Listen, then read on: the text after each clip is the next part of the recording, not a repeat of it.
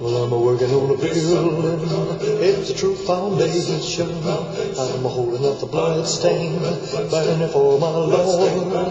Well, I never get tired of working on the building. I'm a-going up to heaven, oh, yeah, to get my reward. Well, hello, my fellow Americans and fellow Christians, and thank you for joining me for one more day of the Word of the Lord here in the United States of America. Peace be unto you, and peace be in the world. My fellow Americans, the election of Donald Trump as president was the most major upset in modern politics. The voice of America spoke and basically called for a renewal of political power in the country. The change coming is in part similar to the political changes of Roosevelt and his New Deal doctrine. The protesting against Trump's election is a de facto, worried about adjustments that will be made during his administration. As in Roosevelt's time, people were worried essentially about the increase of federal power associated with the decrease of social power. The voters of Trump expect new authority in government that will delete the previous administration's ill-advised policies and movements, which were harmful to the national interests of industry, commerce, and foreign policy. In reality, as we look back, the New Deal was in the country's best interest, and perhaps Trump's administration will be also. And perhaps we would not have won the World War without the New Deal policies in place. Something to think about as public opinion critiques the coming administration of President Trump. Now, Trump won the evangelical vote by a landslide. The evangelical leaders were quick to say our Lord intervened in this country with the election of President Trump. Perhaps he did. Yet, as I have previously said, a president cannot abolish bad behavior, but he can set the tone. And what matters is what we are. America right now is morally and spiritually declined. And a president can help, but can never break the chains of sin. Such is the condition of the country today, and the church, as I have said repeatedly, is responsible for the spiritual decline in our country, not the politicians. When the pulpit is decayed, the country is decayed. Sinful activities are unchallenged by men in our time. Trump is one step in the right direction. And if he holds to his intentions, it will be the church's responsibility to reform the moral and spiritual values in this country. It cannot be Trump's responsibility. And if they do not, then you can count on days of darkness like we have never experienced before. Trump will not be the one to blame, but the evangelical. The country right now is brewing with excitement and renewal. It is time the evangelical understands this is a moment in time when revival will have an impact. It is a time the evangelical church and televangelism should wake up and rid themselves of the amusement factory of Christianity, rid themselves of the goods bakery, and seek a mighty and rushing wind that would bless the nation. It is also a time for the Pentecostal to stop its imitation of the past, and the Catholic Church to return to its principles of catechism. Jeremiah 23 cannot make it any clearer for this generation of time. For Jeremiah 23:16 on says, "This is what the Lord Almighty says. Do not listen to what the prophets are prophesying to you. They fill you with false hopes. They speak visions from their own minds, not from the mouth of the Lord. They keep saying to those who despise me, the Lord says you will have peace.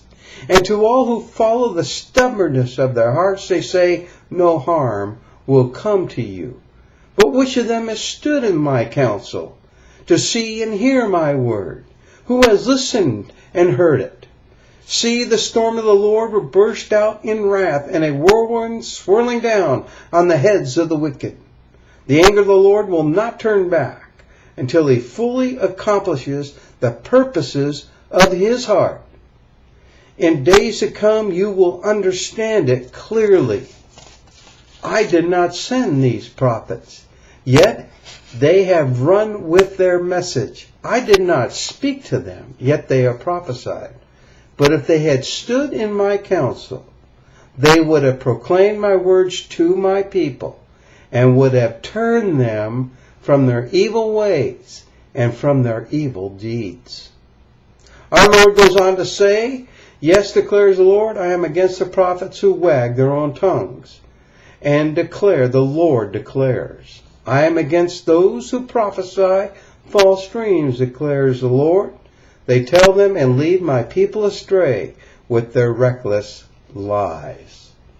My fellow Americans and Christians, we are at the crossroads. The church today thinks they will exist in America until the coming of the Lord. It is possible the anger of the Lord could uproot the church and remove it from this country if it continues in its obstinance of shunning the move of the Spirit against the deceptions rampant in the church today. If you think this is not a possibility, then I suggest you read about the 7 churches in Revelation. America, folks, can't exist without a church. And believe me, times will be dark. Inerrant wisdom does not recognize that law and order cannot exist in a free society such as ours without spirituality. Yet law and order can exist without spirituality when it is a directive of the state, a controlled society enforced by martial law without Christianity. It is a possibility, folks. And dictator states are the role model of such control. And many of the Middle East nations enforce such a rule.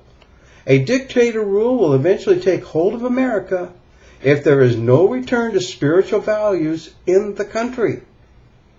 Harrowing, and I say weeping, the current course of the church is a carelessness about the survival of our country. It is said children are a reflection of their parents. With this in mind, America is a reflection of the sum total of the church's influences. America's psychological directives are of a dark pattern, witnessed in all of our activities of the media throughout the entire country. So how can one argue? So as a Christian, what must I do? First, you must ask if you are in the right state of mind and heart. Second, enter the prayer closet and pray for revival and pray what you are inspired.